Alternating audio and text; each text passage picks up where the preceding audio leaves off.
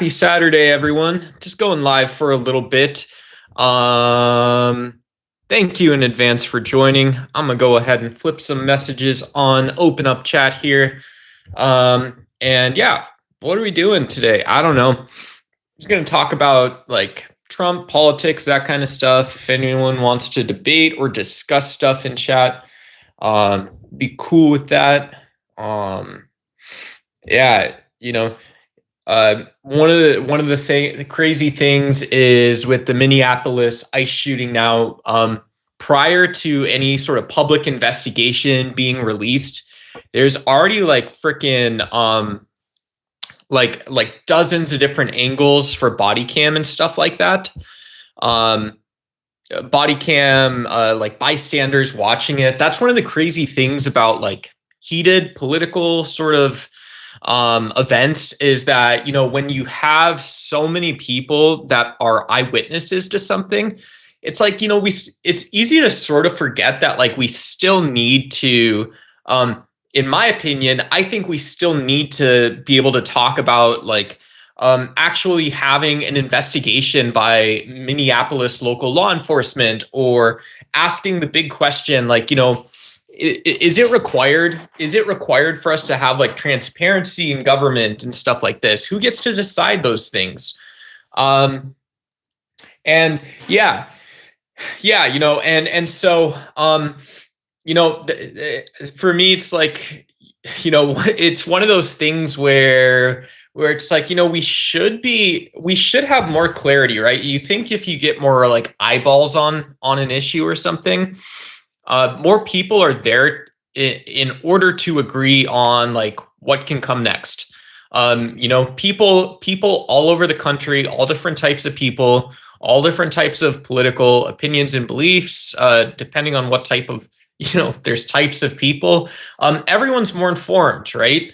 I think that's partially why, in my opinion, Democrats and I think Senate Republicans, a lot of people are like, yeah, I don't want to spend an entire 12 months or 24 months. Like, actually, I don't want to spend my time talking about who should have investigated this ICE shooting. And I don't want to not be the court of law. I don't want to not be, whatever, this, that, or the other. And the person deciding on like who, like just discussing this, wasting our time on this. Because it's so silly, right? It's so silly when, we already publicly have so many different angles of the event, and people can't just, we can just say like, hey, look, these are the, whatever I call it, these are the like sort of core things that I agree or disagree with immigration enforcement on. And this woman lost her life. This guy felt he had to pull out a firearm. So that was either a crime for him to shoot this woman. I personally think it was, and irrespective of that, that doesn't change most people's opinions of the event that actually like happened and stuff. And yeah, I don't think it's like a pineapple on pizza moment. I think it becomes not like a pineapple on pizza debate, or like Ferrari versus Lamborghini is like another thing people talk about in politics. But when people say like, well, we have to be able to view, immigrants in the United States as dangerous. We don't just have to view the like an integration problem. We don't just have to view like, a city in totality. We have to view these sanctuary cities, and we have to go through with a fine-tooth comb and only talk about the things we don't like. When in reality, there's a lot more that goes on anywhere. So from my perspective, it's like, well, pineapple on pizza is saying that, people in Texas or New Mexico or Arizona or California have been talking about immigration. They've been talking about immigration, and it's somehow the case that like my political belief in Arizona somehow is relevant to your political belief anywhere else across the country. And yeah. So yeah, whatever. but that to me, that's the pineapple on pizza sort of debate, or kind of moment that we can have with this discussion, is just like, let me say hello.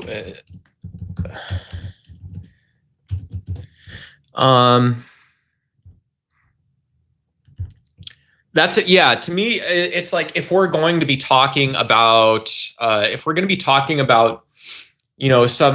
modicum, some sort of like middle ground of having a discussion that's actually fruitful, and a discussion that people walk away from, and say, look, there's still issues impacting people that we haven't solved or settled. However, it's still the case that we can all feel like we came away a little more informed than we came into this conversation, as or with. And so I think that's one of the important things that I'll be looking for. 2026 elections, who I'm going to vote for, kind of what politicians I'll be looking out for.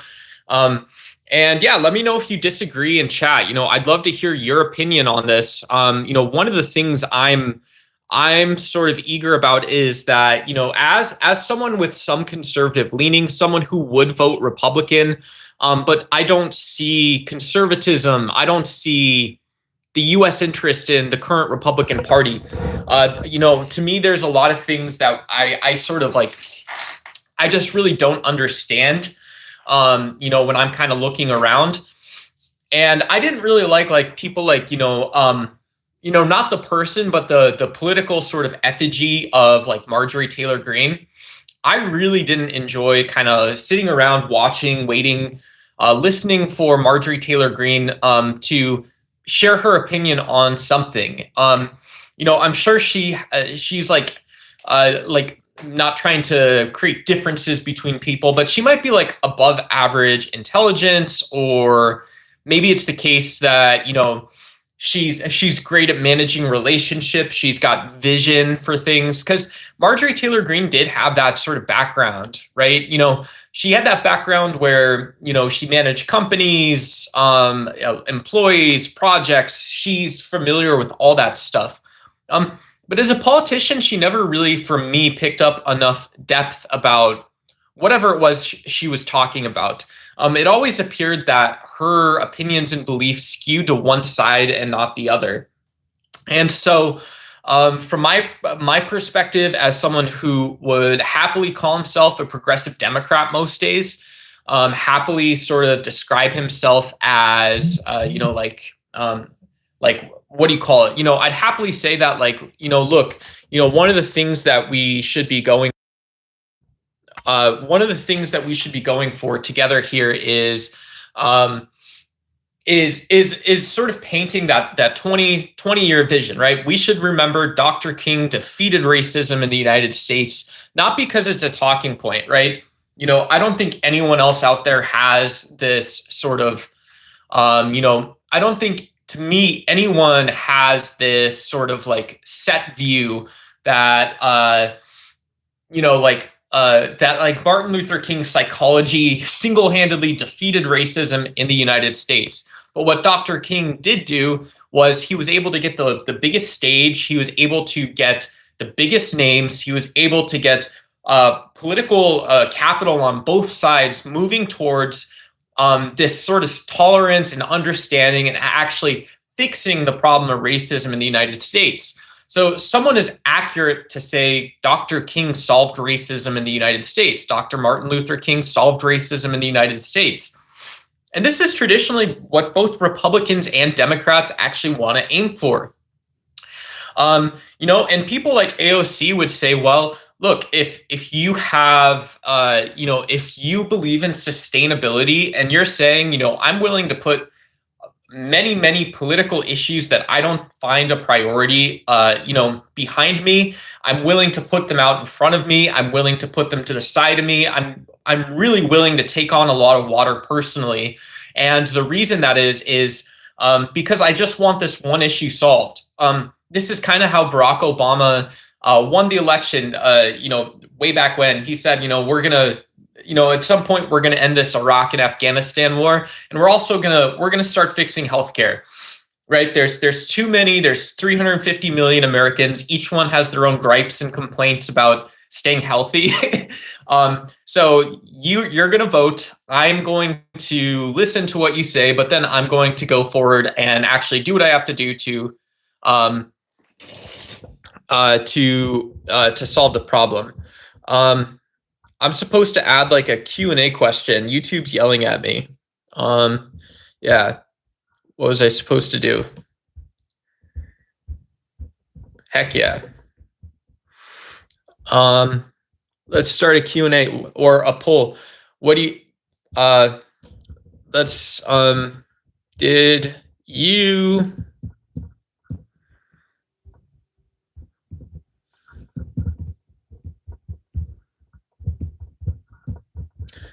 that like button? Okay, cool. I have a poll. I forgot that YouTube lets you do all this stuff. There we go. Ba ba ba ba ba. Whoops. Okay.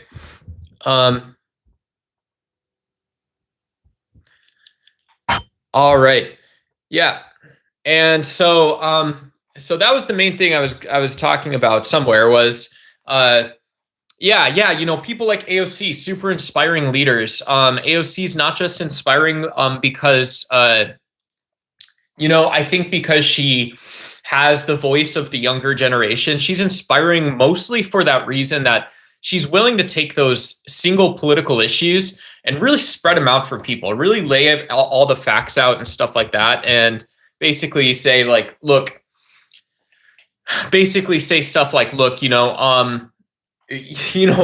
there's enough people in the country that are willing to talk about, this one issue that's actually a big issue. It's ubiquitous. You open your door and, this is what I mean by a single issue is you open your door, you wake up in the morning, and all of a sudden, you're facing challenges or problems, costs, and externalities that something like the Green New Deal would have solved.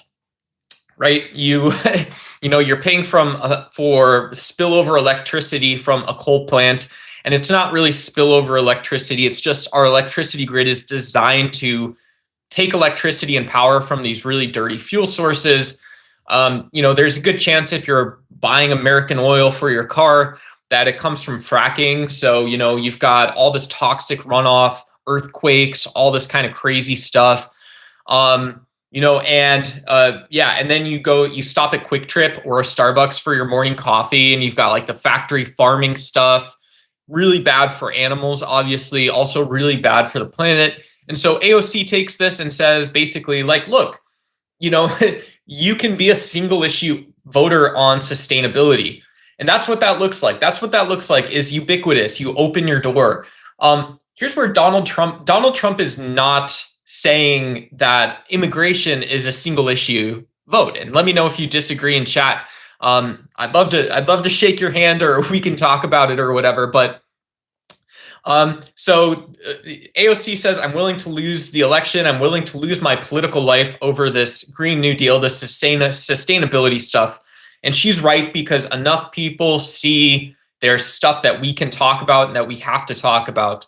Donald Trump comes along and says, do you know what's ubiquitous? It isn't coal. It isn't electricity and bad sausage in your Quick Trip burrito, in your gas station burrito. What's ubiquitous is that you have to hate Guatemalans or Venezuelans or Colombians when you drive to work in the morning. And I can't remember a single time growing up in the United States, as someone who's been in America, kind of considers myself a pretty deep American, I can't remember a single time where I've driven to work and I didn't have a sustainability crisis impacting my life.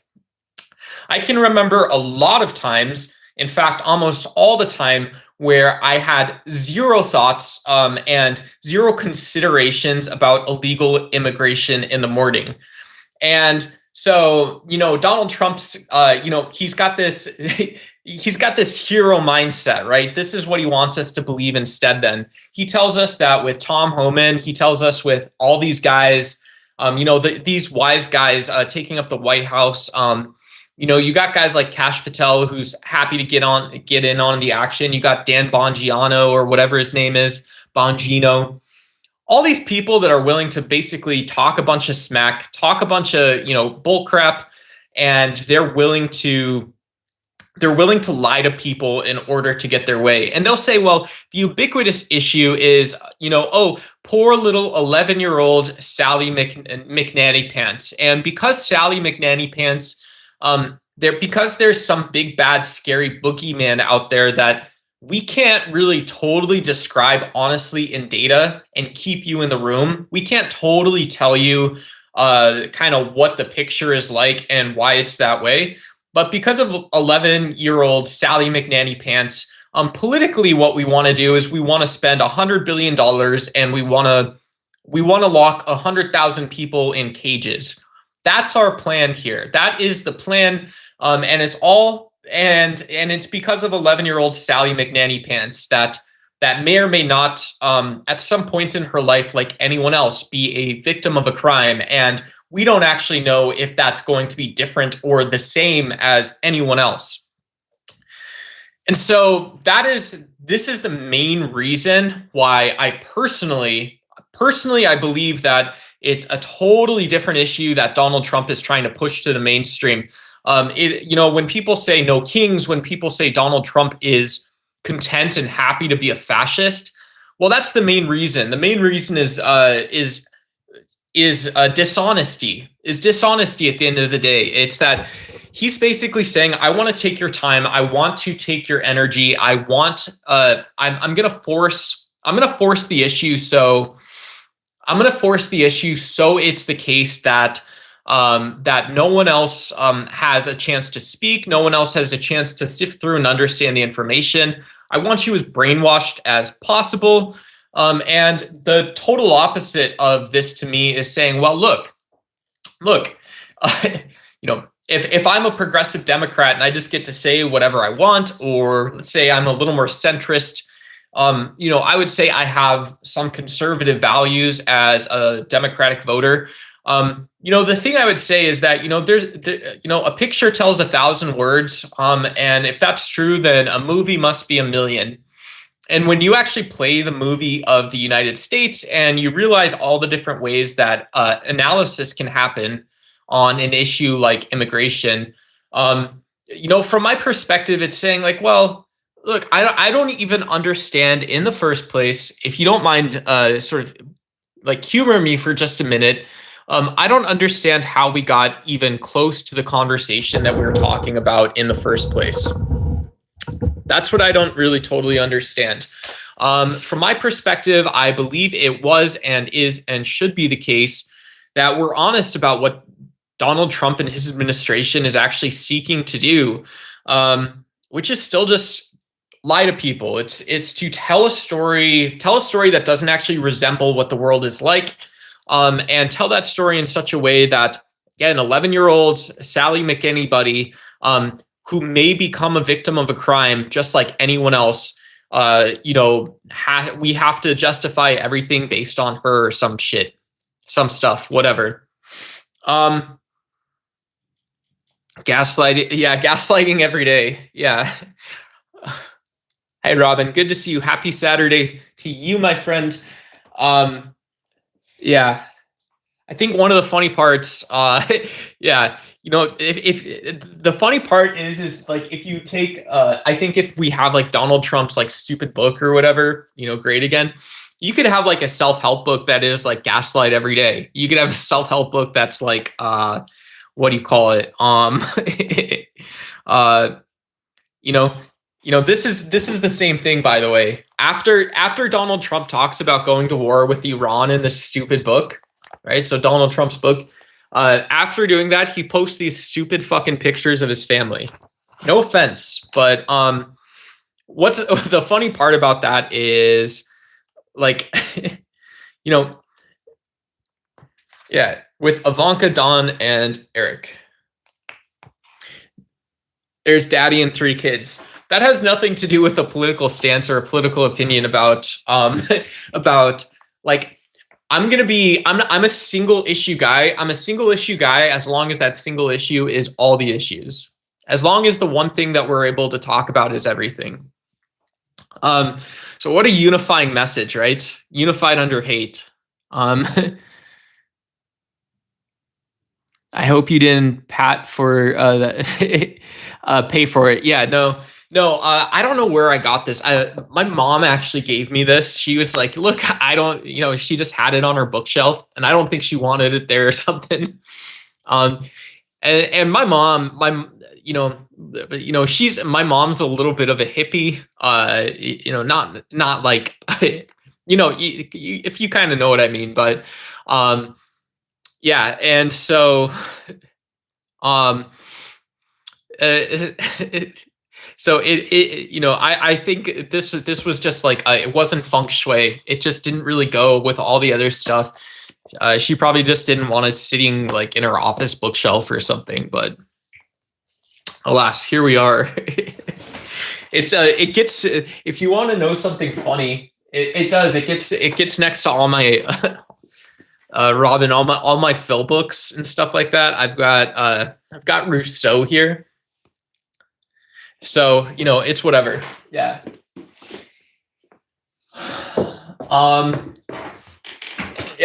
Yeah, but we should remember that was just what I was talking about is still, we can remember Dr. King. It's accurate to say Dr. King solved racism. It's accurate to say that Barack Obama ended the Iraq and Afghanistan war. These are things that eventually you do want to qualify because we want an accurate picture of reality. And with Donald Trump, with Donald Trump, the sort of bigger point, or maybe the softer, easier point is, we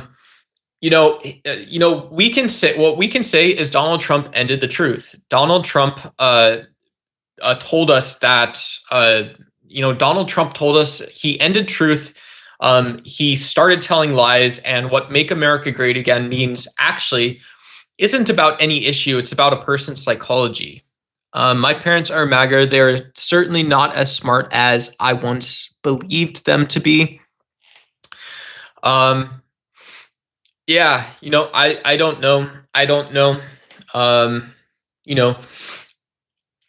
As some sort of affiliation, I'm sure I have. I'm sure if I would went through my old Facebook page, I probably have friends that I wouldn't have expected to polarize themselves, to polarize themselves or something like that. And yeah, and so it's incredibly, I think there's so much injustice in the world. There's so much injustice to just being able to say accurate things and stuff like that. I don't know, dude.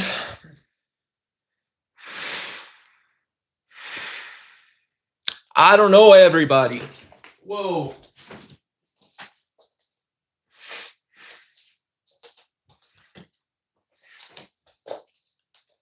I was thinking maybe we can start doing just dancing. We can just dance, and I can just start a Tim Pool style channel or something like that. This is the other way we can do it. Hit the like button, everybody. We're doing politics and politics debate.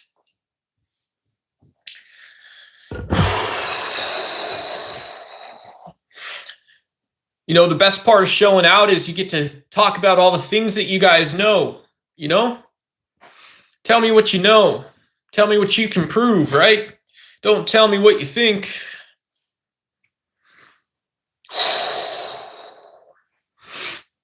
Yeah, and so this is, one of the, if you want evidence or proof that Donald Trump and the Trump party, the party of MAGA, basically this entire moment in history is one big lie. It's a whole sham. It's something like that.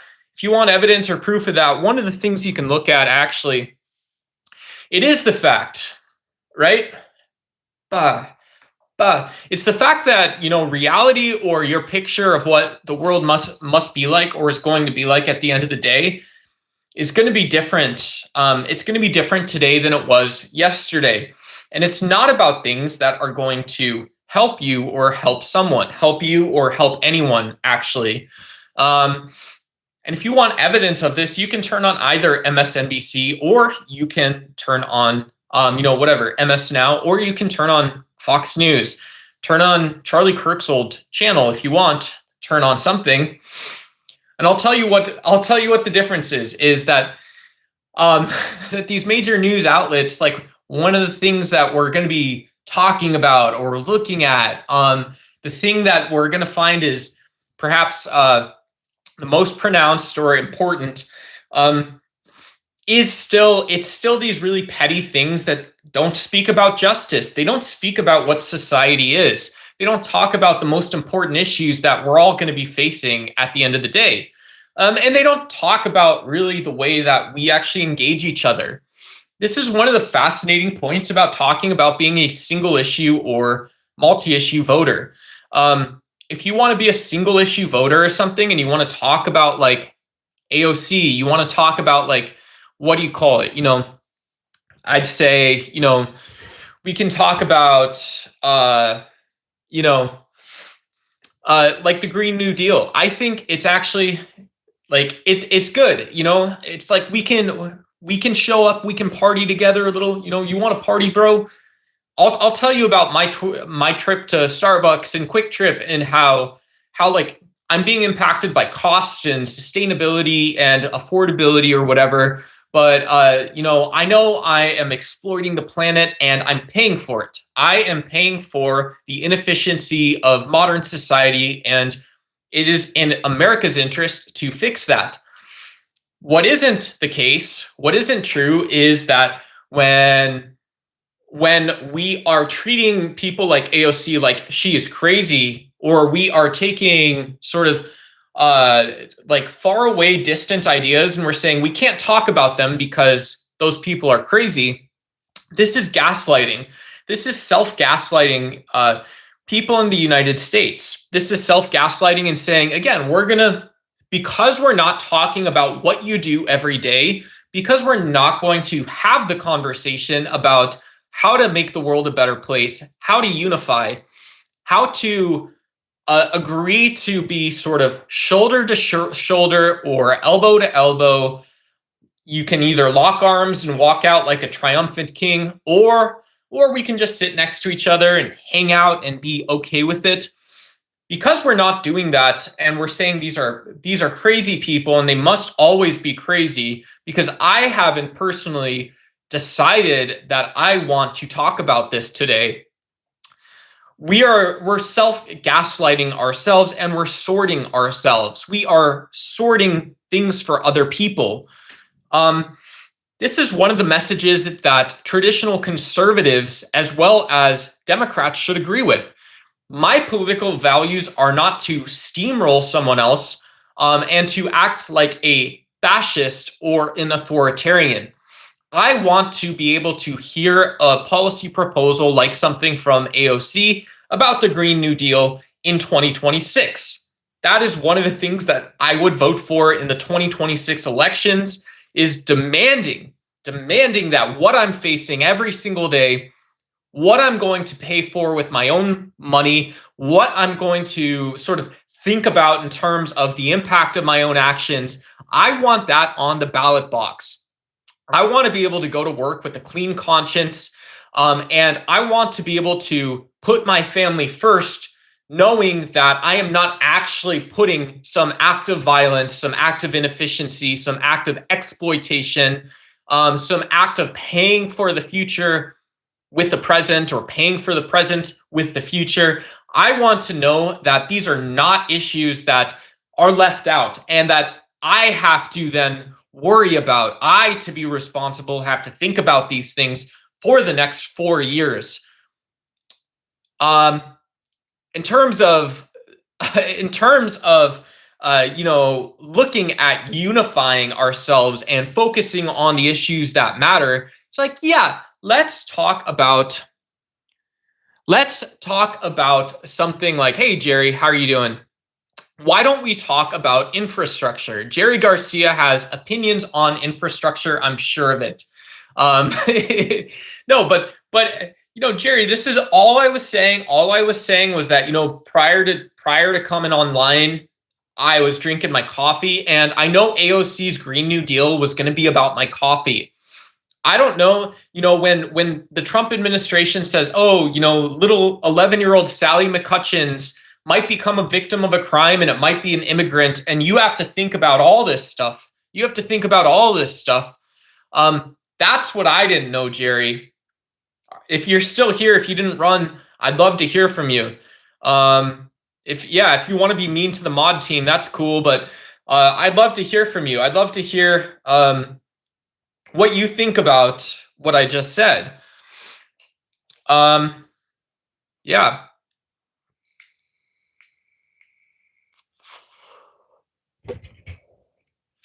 Bomb, bomb. Bomb, bomb. Bomb, bomb.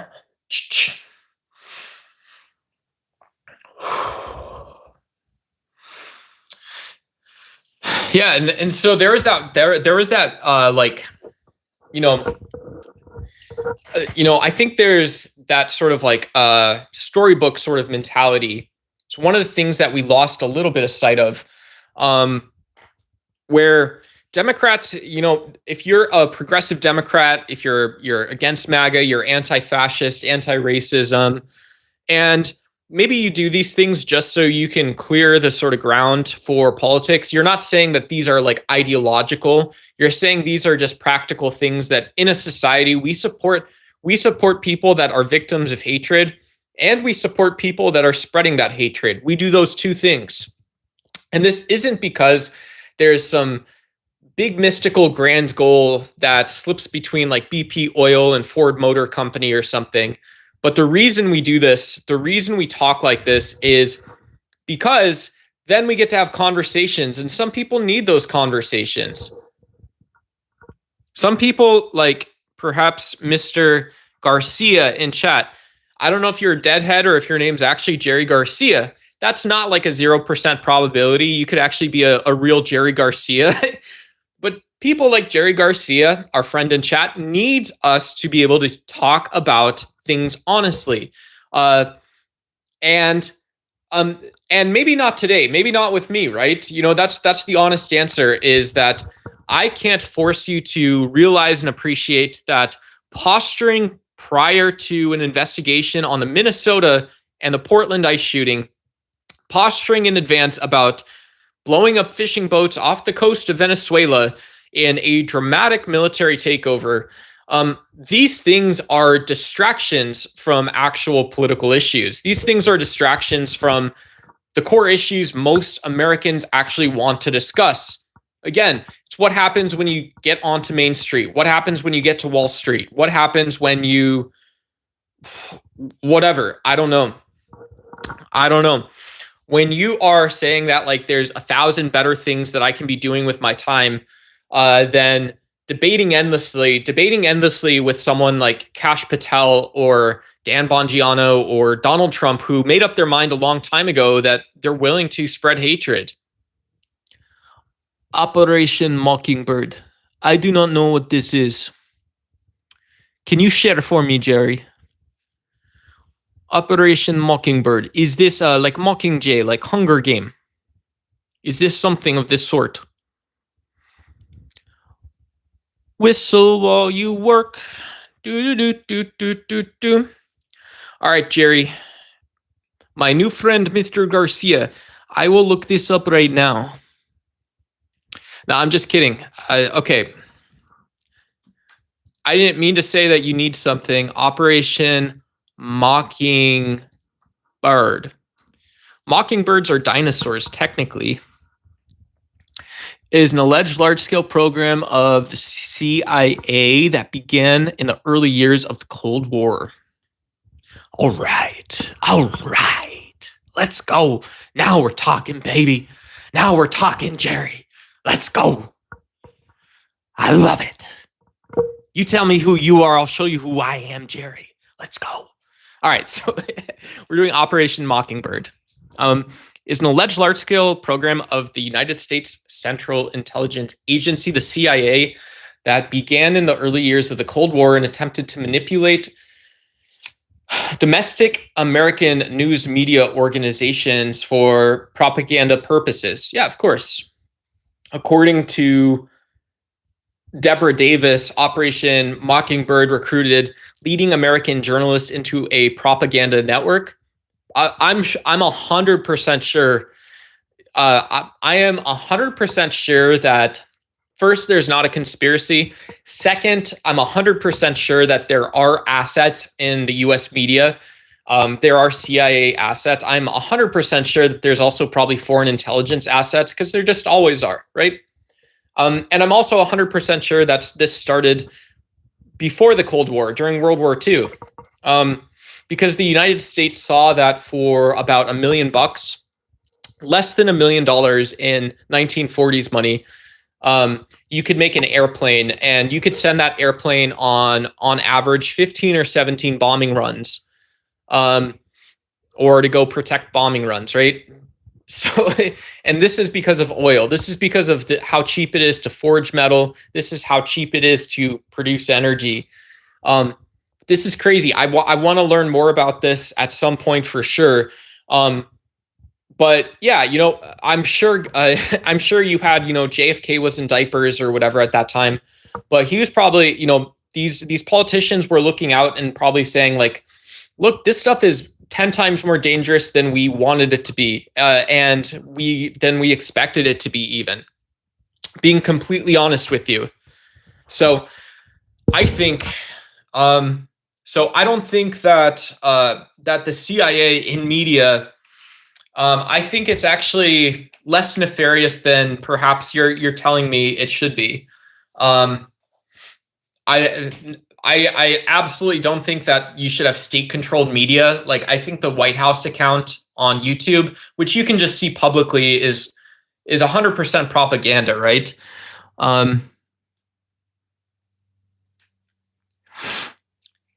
Yeah. There's a clip where all the news agencies said the same thing, Fox included. I haven't seen that. I don't know if that's an old video or a new video. Yeah, but yeah, I'd appreciate.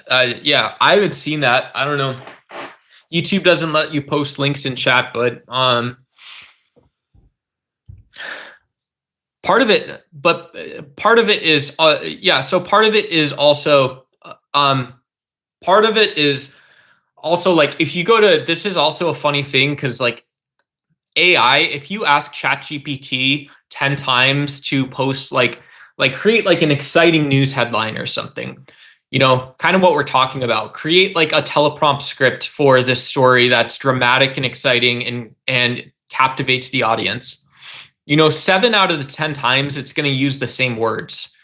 It's going to say something was drastic, dramatic, these D words. It's going to it's going to say that something, it's going to say something about like the kinetic or material effect as well as the emotions about that. It's dramatic. It's drastic. And so I don't necessarily buy that that's like that's a conspiracy or something like that. My personal opinion or belief is that part of this is that being a news anchor is a job. Being part of the media is a job, and you have shills at, right? You have people that get tired, and you have actual shills at every network. And I think we should be allowed to say that. I think we should be more prone to saying something like that. This is a threat to our democracy. They all read from the CIA script. See, that's really decided about something. If you don't have evidence or proof of that to me, that's really decided. That's really decided. Because there are cases like in January 6th, I would say my opinion is that having groups that are setting up weapons caches and waypoints and communication networks, like January 6th was a threat to our democracy. And I don't need the CIA to tell me that. I don't need the CIA to tell me that there's a that there's a script or something like that, right? And so one of the things that I would, if we were debating or discussing this, I would push back on you. Actually, I would say Operation Mockingbird. Operation Mockingbird would not want to share an idea or a point that there was like a unified sort of sense of what the world is like, and that organically happens by itself. So when you go to the gas station, when you go to get dinner or lunch or whatever it is, what I would say is that uh like like like the country is just some way. The country is some way. You're not going to get, if you get a weird experience buying a burrito, you're going to feel more weird than you would about Operation Paperclip, because it's the real world. It's reality. It's reality, actually. The deep state stole our election. See, I personally believe that Donald Trump morally, I don't believe Donald Trump would have morally had a problem colluding on an election fraud. And the fact that we've seen people closely associated with Turning Point USA, and these are all people that are first or second degree connections with President Trump, that were friends of Charlie Kirk. People like Dinesh D'Souza, even. So just like random rich American Christians. These people have been convicted of fraud. There's your conspiracy. There's your conspiracy. Do you know what's not weird? What's not weird is rich religious zealots lying and cheating in order to deceive people. To me, that's not weird. To me, that's not fucked up. Not strange. Not strange, dude. Not strange, dude. I'm telling you, man. I'm telling you, man. When you shred the gnar too hard, then it's just always too gnar, man. They stopped counting on election night the first time ever. Then Biden started receiving like 90% plus of the votes. No, okay, so if you're saying Biden stole the election, man, you're not even, I don't think you're thinking about it right, man. I think this is the real Trump derangement syndrome, dude. I think it's that you're not even looking at like what the world might be like, hey, go deep, kid, right? This is what this looks like to me, football, hey, go deep, kid, go deep. And it's like, I picked that up. Now, I don't see it that way. I think when you have non-public social media records, like in the case of J6th, and you see racism, you see nationalism, you see fascism, like direct fascism. This is what I think you're not confronting, to be completely honest, is with the January 6th attacks, you have a form of fascism that's directly popping up, right? And I do think January 6th was attacks. I don't believe it was an organic protest. And that's what you need to look up, right? You need to look up all of the evidence that even like Charlie Kirk is casually texting about a civil war, and then he pays for people to go on buses. I'm sure Charlie Kirk sends people with guns to the Capitol. There is a non-0% chance, probably close to a 90 or 100% chance that what Charlie Kirk did was pay for people with firearms, with pew-pews to go to the Capitol. So I think that's a conspiracy.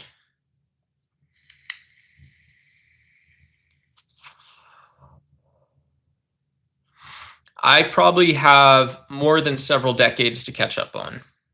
I probably have 2 decades. What I think Charlie Kirk isn't that low. Yeah, I don't know about that. I think it's probably closer to the case that Turning Point and Donald Trump, conspired to win an election, which is fine because that's what you do in the United States is you conspire to do things. And that also invited illegality. That invited illegality in because it was sloppily done. It was done by some guy in his 20s, young guy, smart guy, consequential life. Charlie Kirk lived. So respect to Charlie Kirk and the Kirk family, of course. And at the same time, I think what they accomplished and achieved, again, was a narrative of lies, right? It's like you're going to be able to go out and look at what you actually accomplished anytime you want, Same true of I think energy dependence in the United States, that fascist regime of not being able to have democratic conversations about energy usage, about international competition, not being able to have transparency about what we see as bad actors, and who probably are competitive bad actors, like Russia or China, who are also energy dependent. How they understand the challenge of energy dependency. So I see Charlie Kirk as almost this externality, this product of modern society, if you want me to put it that way. If we want to talk technically, it's like you can go buy a Cliff Bar, go buy a Snickers bar, go buy a Reese's peanut butter cup, right? You can get me or you, guys like us, we're allowed to go get fat. We're allowed to spend all of our money on a tank of gasoline. Charlie Kirk was allowed to go make 100,000 pieces of content that say absolutely nothing and lie to people. So you can go look at the bullshit that AOC wanted to solve, or you can go look at, whatever it is, right? Guys like us, whatever, my granddad was in the Air Force, But that's the honest truth, is that if you had the responsibility of being either a pure leader, or you had the responsibility of sharing truthful information with someone, and you had the responsibility of curating and selecting that experience, I don't think that anyone would in good faith say that Charlie Kirk was like some will to power, some like Nietzschean, existential sort of, deep, hard to understand character. He was just some guy that had a plan that happened to involve social media, right? No different, I don't think, than Shell or BP. They want to drill off the coast. Why? Because it's black gold. Why is it black gold? Because it puts cereal in your bowl. Why do you want cereal in your bowl? Because you had been buying guns for a long time, and your belief is that you have more money, you have more food, you have more wealth, you have more political power. This is going to solve the problems that guns were created to solve and then created. And so you have these long loops and whatever. I think it's about time. In my time, in Southwest United States time, it's about 11 a.m. We're getting there. So I am personally going to thank you so much, everyone, for tuning in. The three of you, I'm very grateful for you guys here. Massive audience, bro. No, but I'm really grateful for people that stayed. I hope it was somewhat entertaining, enjoyable, any of that stuff. And yeah, feel free to like, subscribe, any of that kind of stuff. I'm going to be trying to go live a little more often, and we'll go from there. Take care. We'll see you.